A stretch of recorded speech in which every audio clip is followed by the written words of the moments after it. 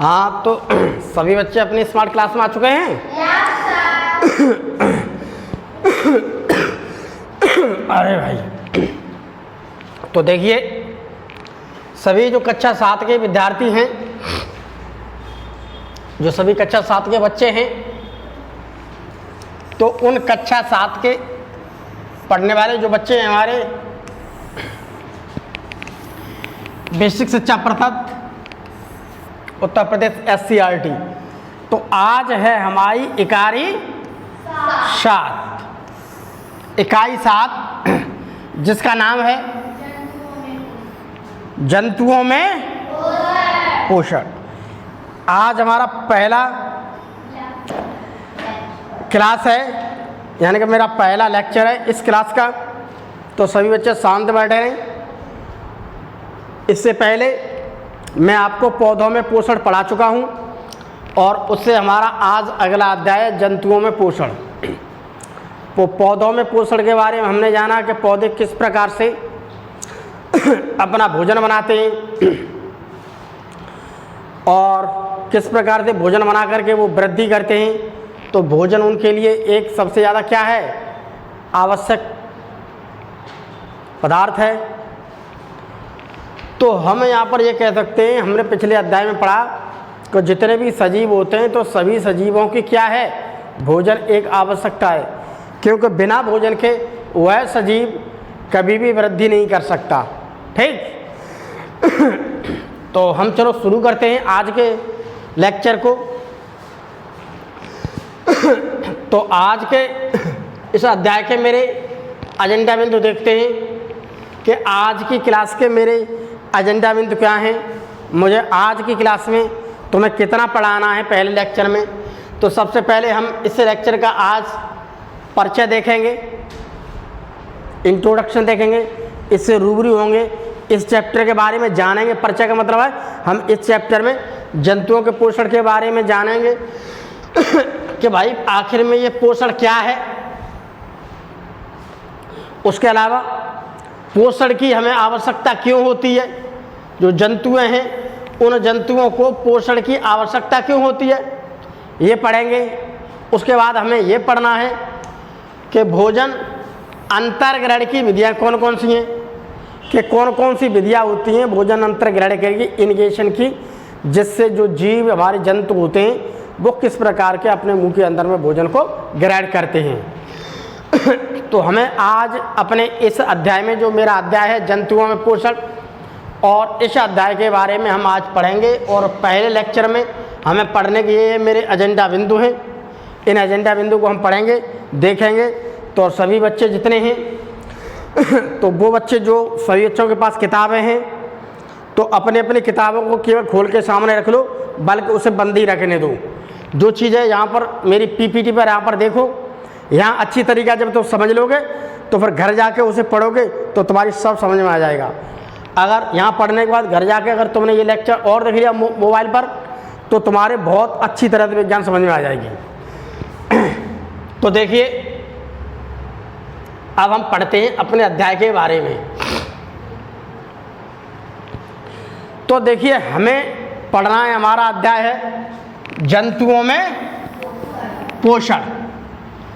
तो हमारा जो अध्याय है जंतुओं में पोषण, तो हमें का मतलब, इसका मतलब क्या है, तो पोषण के बारे में देखो हम तुम्हें पिछली कक्षा में पढ़ा चुके हैं कि पोषण का मतलब, पोषण के अंतर्गत वे सभी घटक होते हैं जिससे खाने से हमें क्या मिलती है, ऊर्जा। अगर हमें ऊर्जा मिलेगी तो हम काम करेंगे, अगर हमें ऊर्जा मिलेगी तो हम धीमे धीमे वृद्धि करेंगे। तो हमें वृद्धि करने के लिए किस चीज़ की जरूरत पड़ती है, ऊर्जा की जरूरत पड़ती है। तो हल्की हल्की से खोल दो। तो हमें वृद्धि करने के लिए किस चीज़ की जरूरत पड़ती है, ऊर्जा की जरूरत पड़ती है। थोड़ा सा इसे भी हल्का सा तो हमें ऊर्जा की जरूरत पड़ती है। ठीक। तो अब हमें देखिए यहाँ पर अब यहाँ पर तुम्हें गौर से देखिए, ये देखिए एक बच्चा है, पहले पैदा हुआ, फिर वो यहाँ तक इस स्टेज तक पहुँचा, फिर यहाँ से इस पर आया, फिर यहाँ पर इस पर आया, फिर उसके बाद ये बड़ा हो गया। तो हम यहाँ पर ये कहते हैं पहले कोई चीज़ बहुत छोटी थी, फिर छोटी से धीमे धीमे धीमे धीमे धीमे करके क्या हुआ, वो बड़ी हो गई। तो यहाँ से देखिए यहाँ पर क्या है, बहुत छोटा है, और यहाँ पर क्या है, बहुत बड़ा है। तो हमें सबसे पहले ये देखना है कि इस छोटे से ये बड़ा कैसे हुआ। भाई पहले छोटा ही तो था प्यारे बच्चों, छोटे थे फिर बड़ा कैसे हुआ, क्यों, अब वही तो देख रहे हैं। तो हमें यहाँ पर ये देख रहे हैं कि यहाँ पर मैं छोटे से बड़ा हो रहा है, यानी कि उसकी वृद्धि होती जा रही है। यहाँ पर भी देखिए कोई बीज है और वो बीज बहुत छोटा था। सबसे पहले मैंने उस बीज को जमीन के अंदर डाला, फिर उस बीज से अंकुर निकला। अब इस बीज को मैं यहाँ पर देखता हूँ तो ये देखिए बीज और बड़ा हुआ। अब यहाँ से देखता हूँ तो उस बीज से देखिए यहाँ पर देखिए रूट बन गई है, और ये ऊपर से उसके तना पत्ती भी आ गई है। अब आगे देखते हैं तो भैया बहुत बड़ा पौधा बन गया। तो मैं यहाँ पर ये कह सकता हूँ कि आखिर में ये चीज़ नीचे से छोटे से बड़ी हो रही है, छोटे से बड़ी हो रही है कि नहीं। तो यहाँ भी देखिए छोटे से बड़ी हो रही है। अगली एक और स्टेज में देखता हूँ कि मुझे यहाँ पर देखिए, सभी बच्चे यहाँ पर देखिए, मुझे यहाँ पर क्या दिख रहे हैं, ये तो सबको पता है कि भैया ये अंडे हैं। अब इस अंडे जब पूरे बड़े हो जाएंगे, इस अंडों का पूरा काम होगा तो अंडे फूट जाएंगे, हैचिंग हो जाएगी यहाँ पर। तो यहाँ पर क्या हो रही है, अंडों की हैचिंग हो रही है, अंडे फूट रहे हैं। हैचिंग का मतलब है जब अंडा पूरा परफेक्ट होगा तो फटेगा, तो उसके अंदर से क्या निकलेगा, चूजा निकलेगा, बच्चा निकलेगा।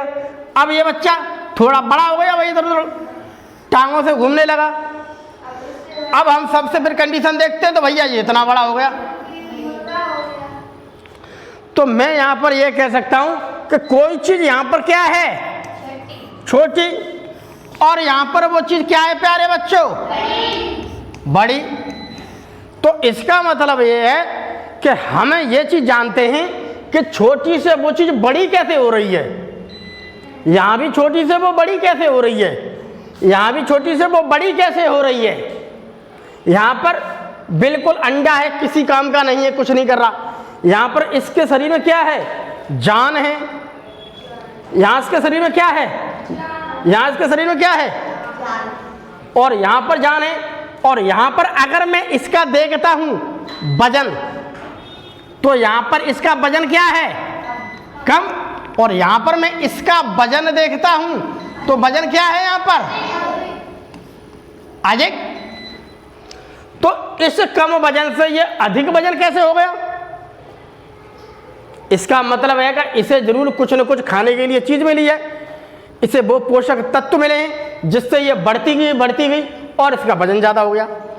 इसे वो पोषक तत्व मिले हैं, इसे यहाँ पर वो पोषक तत्व दिए गए हैं जिससे ये छोटे से इतना बड़ा हो गया और इसका वजन भी बढ़ गया।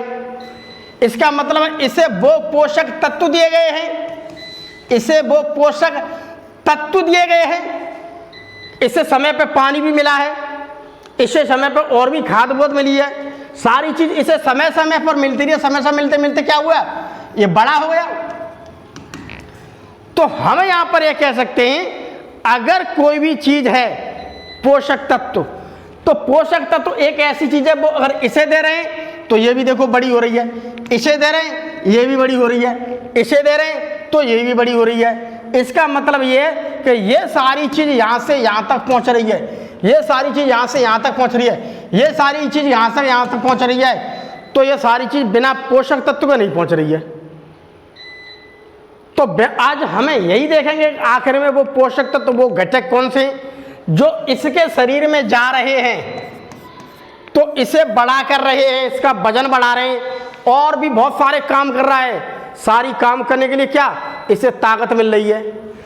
तो हम उन पोषक तत्वों के बारे में जानेंगे, हल्के हल्के कर दो इसे भी थोड़ा, तो हम उस पोषक तत्वों के बारे में जानेंगे, ठीक। तो आखिर में पोषक तत्व क्या है, आखिर में वो ऐसी चीज क्या है जिससे इसे ताकत मिल रही है। तो ताकत मिलने के बाद वो बहुत सारे काम कर रहा है, ताकत मिलने के बाद उसका वजन बढ़ रहा है, ताकत मिलने के बाद ही वो सारी चीज मिल रहा है। तो हम उस ताकत को देखते हैं क्या है। अब देखिए हमारे आसपास पाए जाने वाले सभी जीवों में होने वाली वृद्धि को हमने देखा है। हम खूब अच्छी तरह से गौर से देख रहे हैं। छोटा बच्चा है, वो धीमे धीमे करके क्या बड़ा हो गया। वो दौड़ भी रहा है, वो खेल भी रहा है, ठीक, वो बहुत सारे काम कर रहा है। छोटा अंडा है, हमने देखा, देखते देखते क्या है, अंडा टूट गया। अंडा टूटे मतलब क्या, उसका समय पूरा हो गया तो अंडे की हैचिंग हो गई। जैसे अंडे की हैचिंग हुई तो छोटा सा चूजा निकल आया। अब चूजे को हमने कुछ दिनों बाद देखा था, वो तो बड़ा मुर्गा बन गया। हमने छोटा सा एक बीज लिया, खेत के अंदर में डाल दिया, तो हमने 3 महीने बाद देखा वो तो बहुत बड़ा पेड़ बन गया। इस पर और भी ज़्यादा बीज मिल गए। तो हमने अपने आसपास जीवों में होने वाली वृद्धि को खूब देखा है, खूब आसपास देख रहे हैं भैया, खूब बढ़ रहे हैं, खेल रहे हैं, घूम रहे, सब काम हो रहा है।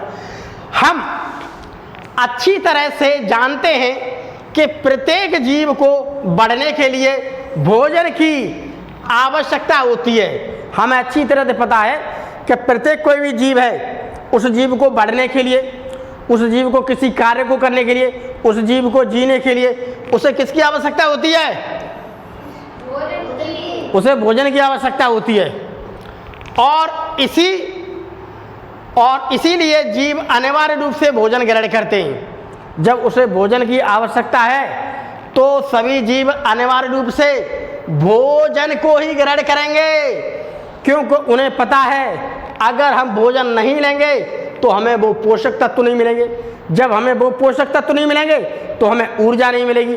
जब हमें ऊर्जा नहीं मिलेगी तो हम छोटे से थे, हम यहाँ तक बड़े नहीं हो पाएंगे, तो हम कोई काम नहीं कर पाएंगे। तो इसका मतलब क्या है, इनकी सबकी जरूरत क्या है? एक भोजन है, ठीक। तो अब हम ये देखते हैं कि आखिर में भोजन क्या है। तो हम सबसे पहले नजर डालते हैं पोषण पर। हम परिचय के बारे में इतना पढ़ चुके हैं कि कोई चीज़ छोटी है, छोटी से बढ़ती रहती है, बढ़ते बढ़ते वो बहुत बड़ी हो जाती है, वो सारे काम भी कर रही है। लेकिन अब हमें थोड़ा ये देखना है कि आखिर में जो हमारा अध्याय है जिसका नाम है जंतुओं में पोषण, वो पोषण की जरूरत है क्या?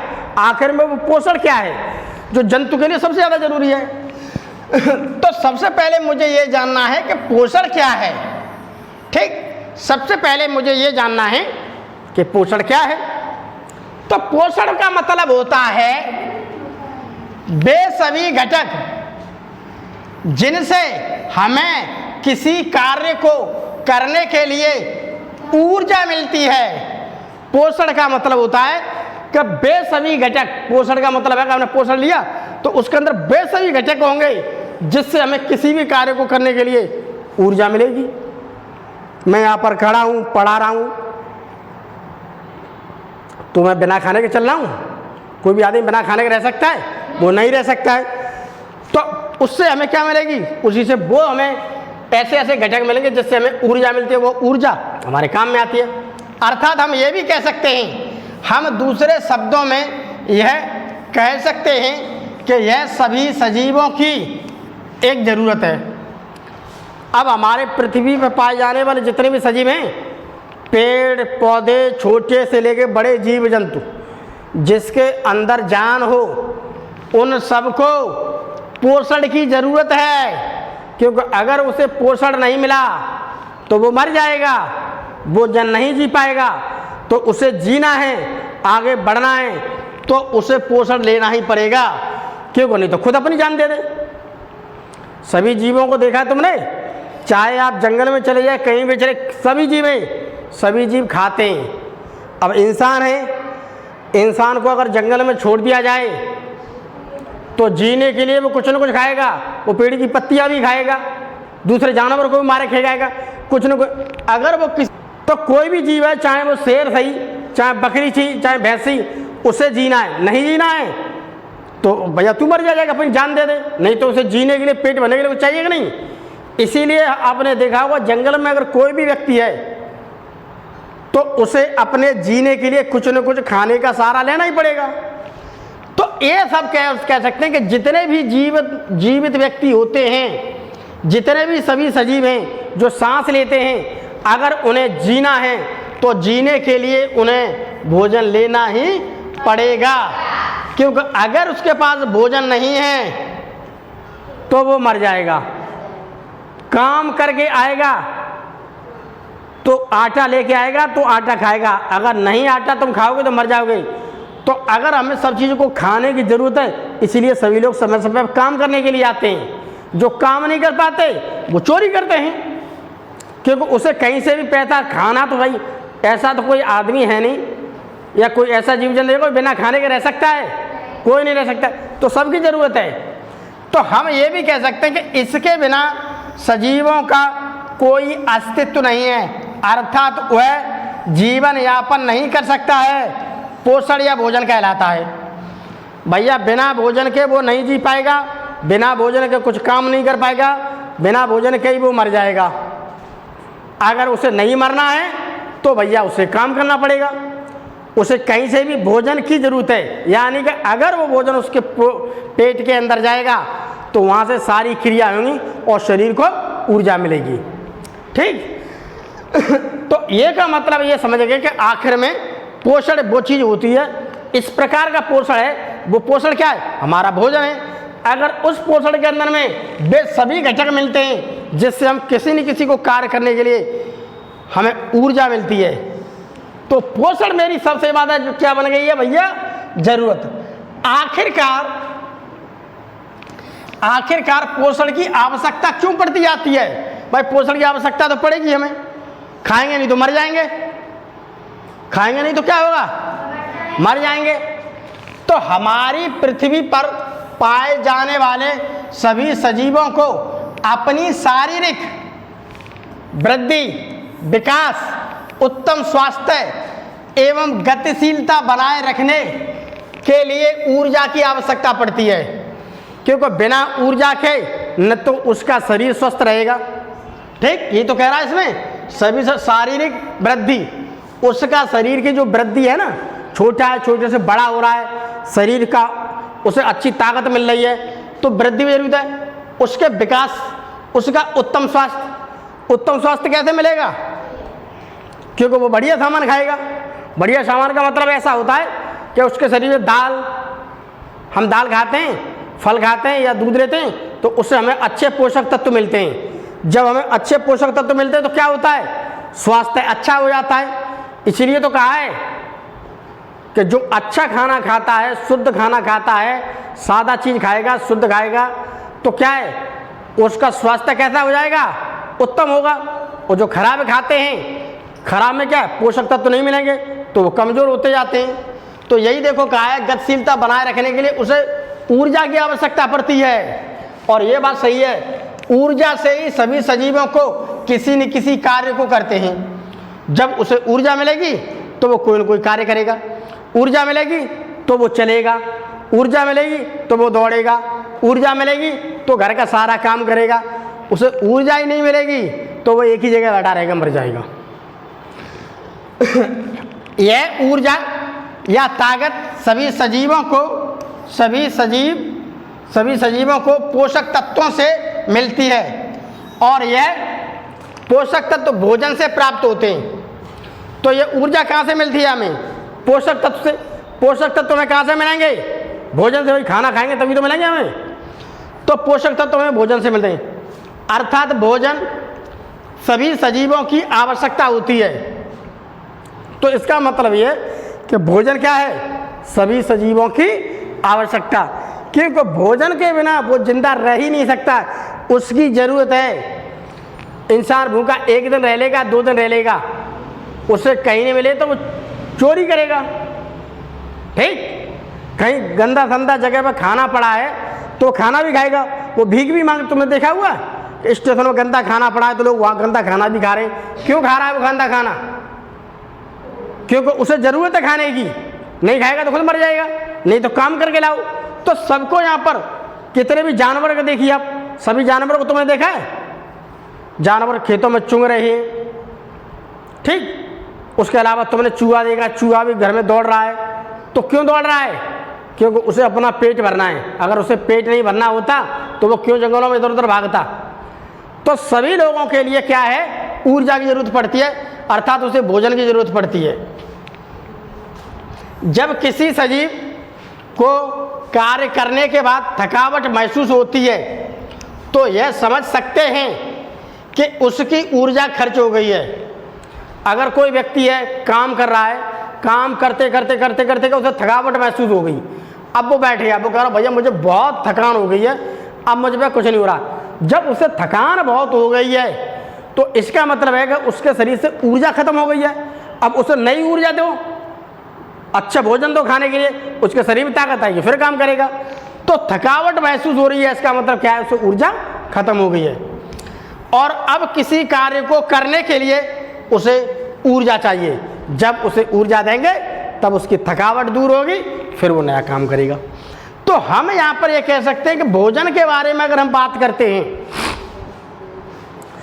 तो भोजन ऊर्जा का वह स्रोत है जिससे कोई सजीव ऊर्जा प्राप्त करके अपना जीवन यापन करता है।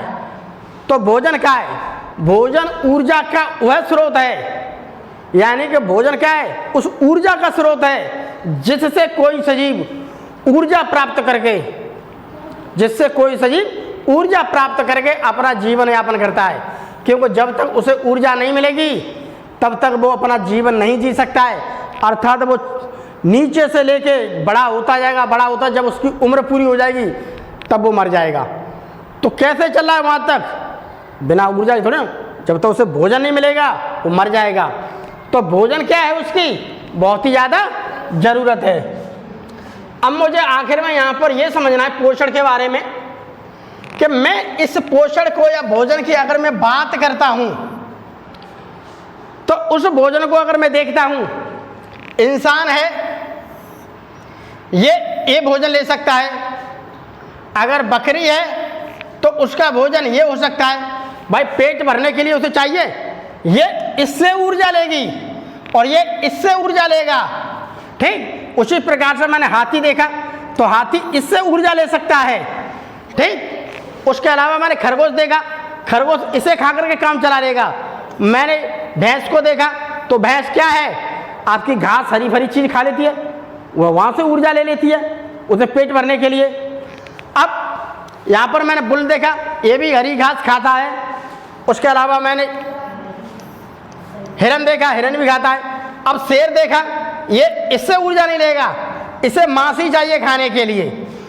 तो हम यहाँ पर ये बात कह सकते हैं कि हमारी पृथ्वी पर विभिन्न प्रकार के जीव पाए जाते हैं, सभी जीवों की बनावट अलग है। सभी जीवों की क्या है, बनावट अलग है।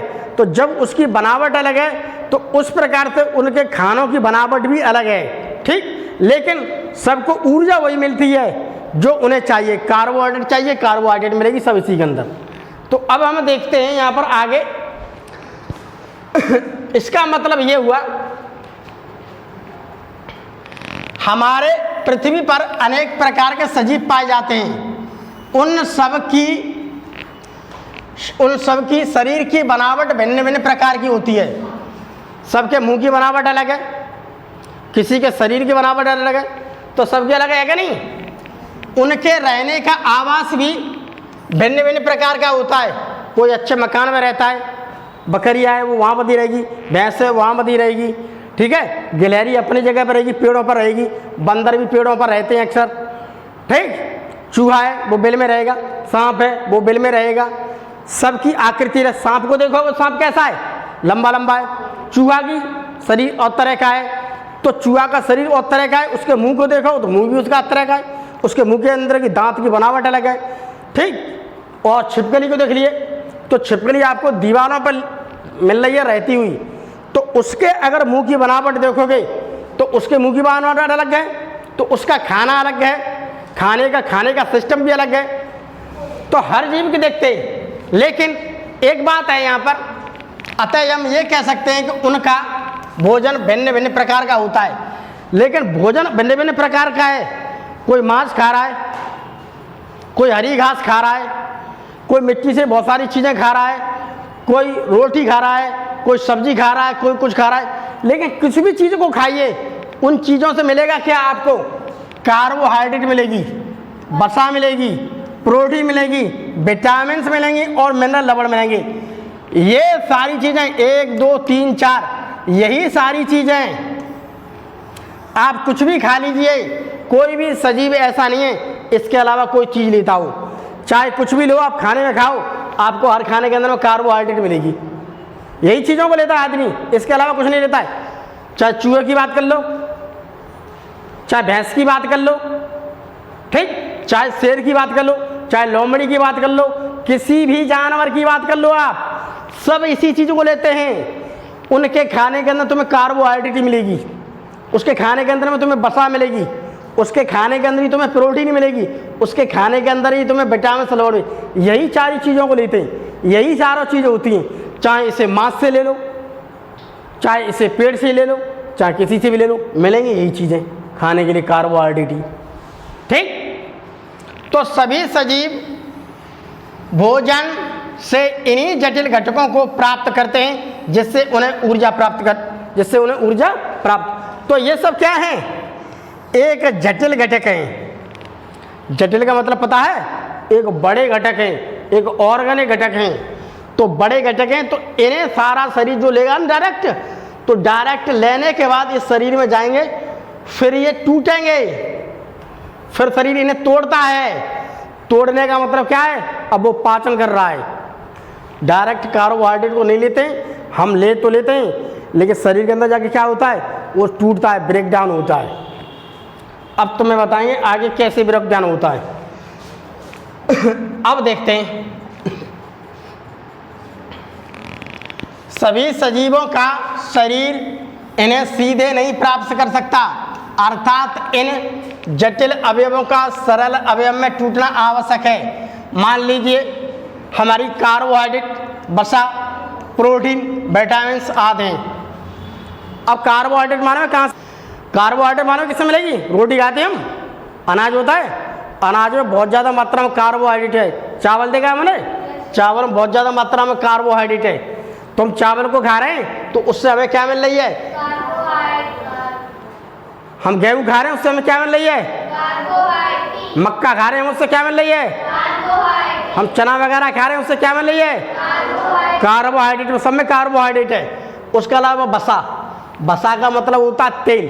तेल माने में किससे मिलता है? आप विभिन्न प्रकार के बीज खाते हैं, सब में तेल होते हैं। सरसों का तेल देखा आपने? तो सरसों का तेल खाते हैं। उसके अलावा विभिन्न प्रकार के बीज खाते हैं, उनके अंदर भी तेल होता है। आप मूंगफली को चब रहे हैं तो मूंगफली के अंदर भी तेल है। तो वो सारी चीज़ वसा है। प्रोटीन, विभिन्न प्रकार की दालें या और भी सारी चीज़ें, उन सब के अंदर मुझे प्रोटीन मिलती है। उसके अलावा उन्हीं में मुझे विटामिन मिल जाएगी।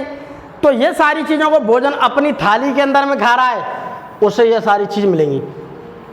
अब अगर हम बात करते हैं किसी जानवर की, तो जानवर मांस खा रहा है, मांस खाता है नहीं जानवर? तो मांस को गौर से देखो तो मांस के अंदर भी आपको वसा मिलेगी, मांस के अंदर भी प्रोटीन मिलता है, मांस के अंदर विटामिन मिलती है, मांस के अंदर भी आपको कार्बोहाइड्रेट मिलती है। यहाँ हमें सारी चीज़ इससे मिल रही है। रोटियाँ थी, जानवर खा रहा है तो जानवर को भी ये सारी चीज़ें मिल रही हैं। अब वो डायरेक्ट खा करके क्या होगा? अपने शरीर में ले जाएगा, उसके शरीर के अंदर में चलेगी। ये सारी चीज़ें जो होती हैं ये क्या है? जटिल एवं अघुलनशील खाद्य पदार्थ हैं। जटिल का मतलब होता है कॉम्प्लेक्स, बड़े छोटे छोटे चीज़ों से मिलकर के जो बने हैं। बड़े कार्बोहाइड्रेट छोटी छोटी चीज़ों से मिलकर के बनी है। जैसे तुमने एक पौधे के बारे में मैंने इससे पहले पढ़ाया था तुम्हें। पौधा ज़मीन से तो ले लेता है पानी, वातावरण से ले लेता है CO2, और सूर्य के प्रकाश की उपस्थिति में क्या होता है? वो कार्बोहाइड्रेट बनाता है, यानी कि ग्लूकोज बनाता है। जब ग्लूकोज बनाएगा तो अपने शरीर को चलाता रहेगा, यानी कि उसे क्या उसने बना ली? कार्बोहाइड्रेट। जब कार्बोहाइड्रेट बना ली उसका शरीर काम करने लगा। ठीक, जो ज़्यादा बच गया खाना वो धीमे धीमे स्टोर करने लगा। कोई पत्तियों में स्टोर करता है, कोई जड़ में करता है। तो जिस चीज़ में स्टोर ज़्यादा कर लेता है तो हम उसी पार्ट को खा लेता है इंसान। समझ भाई? तो शरीर अब कार्बोहाइड्रेट वगैरह या वसा वगैरह, प्रोटीन वगैरह, ये पौधे ने भी तो बनाई। अब पौधे को कौन खा रहा है? डायरेक्ट वो खा रहे हैं जो शाकाहारी जीव हैं, जैसे बकरी है, जैसे कि भेड़ है, जैसे कि गाय है, भैंस है, ऊँट है, तो ये सारी चीज़ खा रहे हैं, तो उन्हें सारी चीज़ कार्बोहाइड्रेट खाने मिली, उस पेड़ से मिली। अब पेड़ से मिलेगा तो उसके शरीर में भी कार्बोहाइड्रेट बहुत ज़्यादा मात्रा में उसके शरीर में स्टोर होगी। अब बकरी को कौन खा रहा है? बकरी को शेर खा रहा है, बकरी को आदमी भी खा रहा है काट करके, तो आदमी खाता है तो आदमी को भी तो उसके शरीर से मिल रही है ऊर्जा। यही सारी चीज़ें होती है खाने में, इसके अलावा कुछ नहीं होता है, यही चीज़ें मिलती हैं। अब ये चीज़ खा तो ली, अब इसका क्या हुआ? ये यहाँ पर होते हैं इसके बड़े पार्टिकल्स, वो बड़ी बड़ी चीज़ें हमने जैसे ही शरीर के अंदर गई, अब उसका क्या होगा? हमारी आंतों के अंदर जब चली जाती है ना, अब वो धीमे धीमे धीमे धीमे क्या होगा? आंत अपना काम करती रही है। बड़ी चीज़ है वो छोटी चीज़ में टूट जाएगी, धीमे धीमे उसे घुलनशील खाद्य पदार्थों बना देगी। तो वहाँ पर क्या थे मेरे? जटिल अवयव, यहाँ पर क्या है? सरल अवयव। जब वो छोटे छोटे छोटे छोटे बिल्कुल खंड बहुत तोड़ देगी, फिर शरीर उसे धीमे धीमे पचाता है। तो पचने में कितना लग जाता है? शाम 24 घंटे लग जाते हैं, 12 घंटे लग जाते हैं। तो 12 घंटे में उसने वो चीज़ प्राप्त कर ली भोजन से जो हमारे शरीर को चाहिए। अब हम देखते हैं तो पोषण प्रक्रिया के भाग कौन कौन से होते हैं। अब पोषण करेंगे कैसे, खाएंगे कैसे? पहला काम क्या है? विभिन्न खाद्य पदार्थों को ग्रहण करना, यानी कि अंतर ग्रहण। हमने कोई चीज़ खाना लिया, हमने उसे कैसे ग्रहण कर रहे हैं? तो हम कैसे खा रहे हैं? हमारा मुंह है, हमने हाथ से ली कोई चीज़, हाथ से लेकर मुंह में लाई, तो हमारे मुंह की बनावट इस प्रकार की मालूम कैसी है? पहले हमारे मुंह के अंदर क्या है? कई प्रकार के दांत हैं। तो पहले कोई चीज़ हमको उसे काटेंगे, फिर उसे काट करके और छोटे छोटे टुकड़ों में करेंगे, फिर बड़ी जो डाढ़ होती है उस डाढ़ से क्या करेंगे? उसे पीसेंगे बहुत देर तक। तो इसका मतलब क्या है? हम पहले अपने मुंह को बहुत देर तक चलाएंगे, चलाने के बाद क्या होगा? फिर वो अंदर जाएगा नीचे। कोई जानवर ऐसे होते हैं, जैसे सांप देखा है, सांप अपने मुंह को चलाता नहीं, वो डायरेक्टली ऐसे निगल लेता है, बिल्कुल निगल लेता है कि नहीं? तो हर की बनावट अलग है। तो इसी प्रकार से मतलब क्या? पहले अंतर ग्रहण का मतलब यह है कि पहले वो खाने को कैसे ग्रहण करेगा, उसके बाद खाने के बाद क्या होगा? उसका पाचन का मतलब क्या है? अब उसे शरीर से ऊर्जा मिल रही है, पच रहा है वो। तो शरीर में पहुंचने के बाद अब भोजन अंतर्ग्रहण की हम थोड़ी विधियां देख लेते हैं। भोजन अंतर्ग्रहण की विधियां। अंतर्ग्रहण का मतलब क्या है? वो अपने अंदर कैसे ग्रहण कर रहा है, मुंह के अंदर में। अंतर्ग्रहण का मतलब क्या है? अपने अंदर कैसे ग्रहण कर रहा है। जैसे मक्खी, मधुमक्खी, तितली आदि कीटों के मुखांग एवं लंबी नलिका होती है। अब मधुमक्खी देखिए किसी ने, मधुमक्खी को देखना या तितली को देखना, ठीक है? मधुमक्खी वही, तितली या मक्खी वही, तो उनके मुंह को देखते हैं तो देखिए कुछ के मुंह में देखो इस प्रकार की संरचना होती है ऐसी, तो उनके मुंह की बनावट ऐसी है, तो ये अपने इसी मुंह से अपने हिसाब से खाती हैं। उनके खाने का सिस्टम अलग है, ठीक? टिड्डे के पैने मुखांग, टिड्डा है, टिड्डे के यहाँ पर बहुत पैने पैने मुखांग होते हैं, ये इससे धीमे धीमे कुतर कुतर के खाता है। तो इसके खाने का सिस्टम अलग है, इसके खाने का सिस्टम क्या है? अलग है। क्यों? उसके मुंह की बनावट अलग है, तो यहाँ पर इसके मुंह की बनावट क्या है? अलग। तो मुंह की बनावट क्या है? अलग है। अब इसकी अलग है, पैने मुखांग है, तो ये खाना जिस प्रकार का मुंह है उस प्रकार से खाएगा खाना। तो इसके मुंह की बनावट क्या है? अलग है।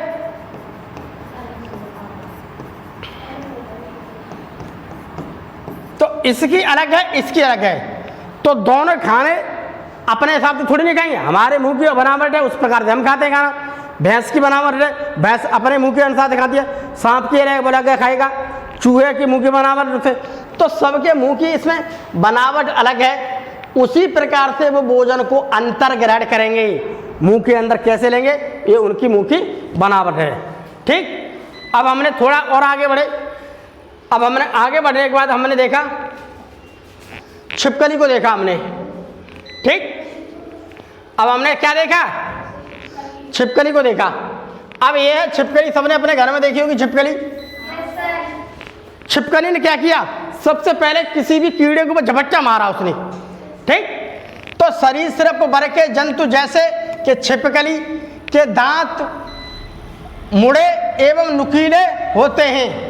अगर हम इसके दांत की बनावट देखते हैं तो दांत इसके थोड़े बड़े होंगे, नुकीले होंगे, थोड़े मुड़ रहे होंगे चोबे की तरह। ठीक, ऐसे करके दांत होंगे तो ऐसे मुड़ रहे होंगे। क्यों?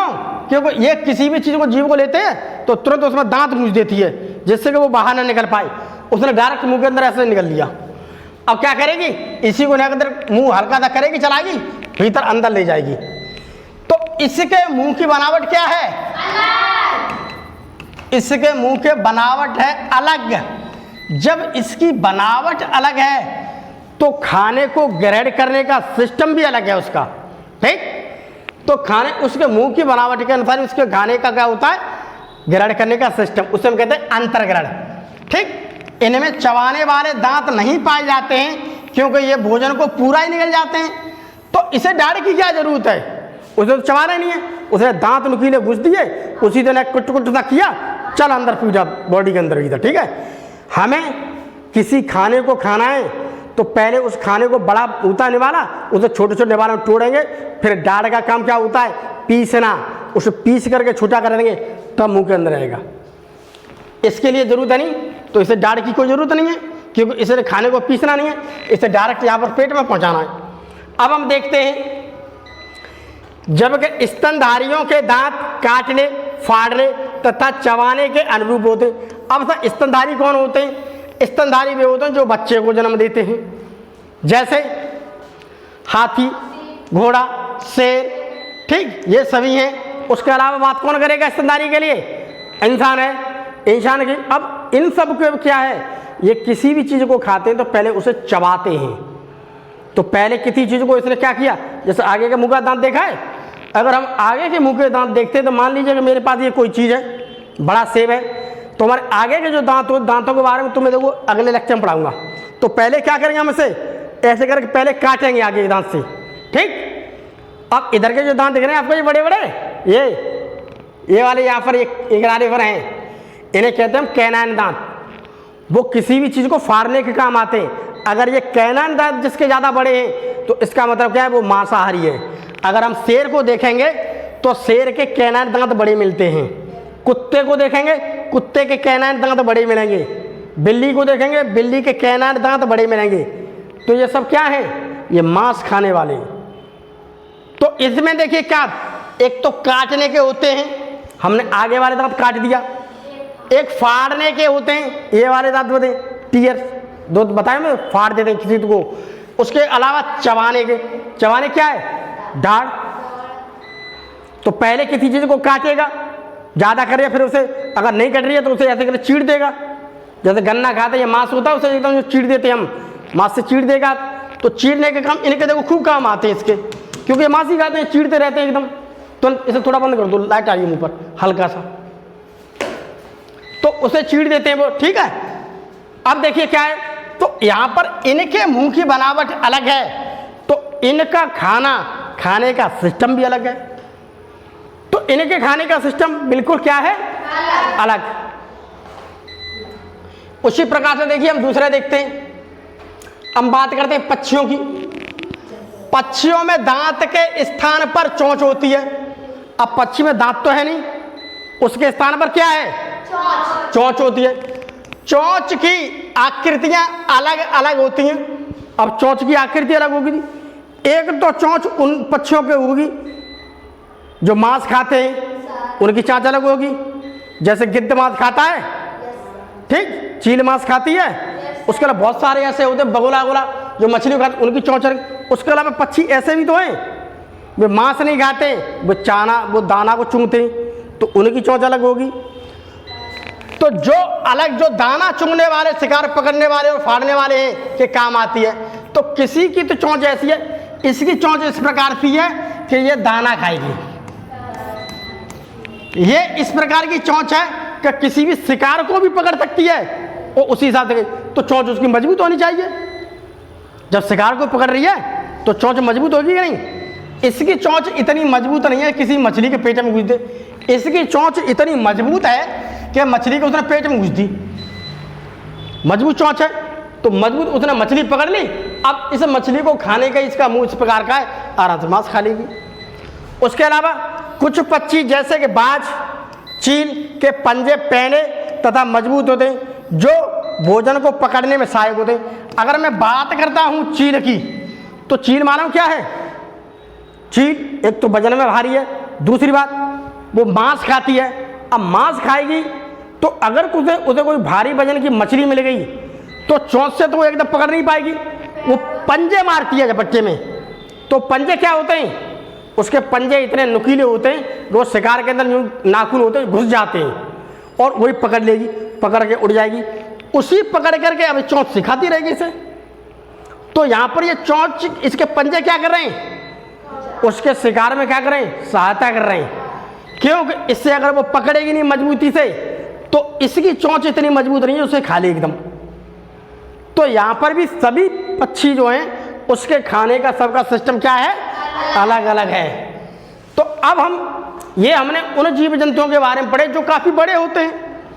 उसके अलावा हम उस जीव जंतु के बारे में पढ़ेंगे जो कि बहुत छोटे हैं, जिसे हम आँख से नहीं देख सकते। और जिसे आँख से नहीं देख सकते उसे देखने के लिए हमें किसकी जरूरत पड़ती है? सूक्ष्मदर्शी की।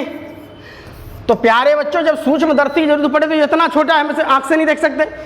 ये भी तो खाना खाएगा भाई। हमने तो एक ही बात की थी चैप्टर शुरू होने में, मानो क्या सभी जितने भी सजीव हैं सबको खाने की जरूरत पड़ती है। अब कोई खाना कैसे भी खा रहा, सब खा जरूर, अपना पेट भरेंगे। नहीं पेट भरेगा तो मर जा, और नहीं खाएगा तो मरेगा कि नहीं। अब ये है अमीबा। अमीबा को देखिए थोड़ा गौर से। ये है देखिए अमीबा, ये है आपका अमीबा, ठीक। अब ये है इसका क्या? कूटपाद। इसकी आकृति फिक्स नहीं है। और ये क्या है इसके? कूटपाद, जिसे हम कहते हैं सीरोपेडिया, ठीक। अब देखिए इसमें ऐसी खांसी बनी है, कुछ भी चीज खाने की चीज हल्की थी इसके पास आ गई, ये देखो। तो इसने क्या किया? ये संरचना थी ना, इसने और ऐसी पतली गहरी कर ली, तो वो चीज देखो अंदर आ गई, अंदर आई। अब ये क्या कर रहा है? इधर से बंद कर रहा है। धीमे धीमे क्या किया उसने? बंद कर दिया। जैसे बंद कर दिया तो वो जो खाने वाली चीज थी वो उसके यहाँ पर भीतर आ गई। भीतर आ गई और क्या करने लगा? अब यहाँ पर भीतर आने का मतलब क्या है? उसके शरीर में पहुंच गई। अब यहाँ पर इसका क्या हो रहा है प्यारे बच्चों? अब पाचन कर रहा है वो धीमे धीमे उसने पाचन करने के बाद अब इस पर क्या कर दिया उसने? बाइछेपड़ का मतलब क्या है? खा पी करके आदमी क्या कर देता है? जो चीज खाने की होती है वो पच जाती है, जो खराब होती है वो क्या होती है? मल के रूप में बाहर निकल जाती है। तो ये इसकी मल के रूप में क्या हो गई? मल के रूप में बाहर निकल गई। अर्थात ये क्या हो गया? एक्सोसाइटोसिस। एक्सोसाइटोसिस बोलते क्या? इसको बाहर निकल गई बिल्कुल, या एंडोसाइटोसिस अंदर आ रही है। तो देखिए छोटा सा जीव है, ये भी अपने जीवन को जीने के लिए इसे भी भोजन की जरूरत है। इसकी आकृति ऐसी है तो इसका खाना भी अलग है और खाने का सिस्टम भी अलग है, ठीक। उसके अलावा हम एक और देखते हैं। अब हम देखते हैं कि हाइड्रा के बारे में। हाइड्रा अपने स्पर्शकों द्वारा भोजन को ग्रहण करता है। ये है हाइड्रा। तो इसे हम क्या कहते हैं? हाइड्रा। हाइड्रा में देखो ये मिलते हैं स्पर्शक। ये है कोई शिकार इसके पास में आया तो इसने ऐसे पकड़िया स्पर्शक से। अब दोनों स्पर्शकों को क्या पकड़ लिया, ठीक। अब ये क्या? अब मुंह के अंदर ले जाने लगा। ये देखो, दिख रहा है आपको? ये देखो अब क्या आ गया इसे? मुंह के अंदर। मुंह के अंदर मतलब मुंह से शरीर के अंदर जा रहा है। अब क्या हुआ? ये शरीर के अब शरीर के अंदर इसका क्या होगा? जब शरीर के अंदर पाचन होगा तो बढ़िया जो चीज होगी इससे वो इसका शरीर निकाल लेगा।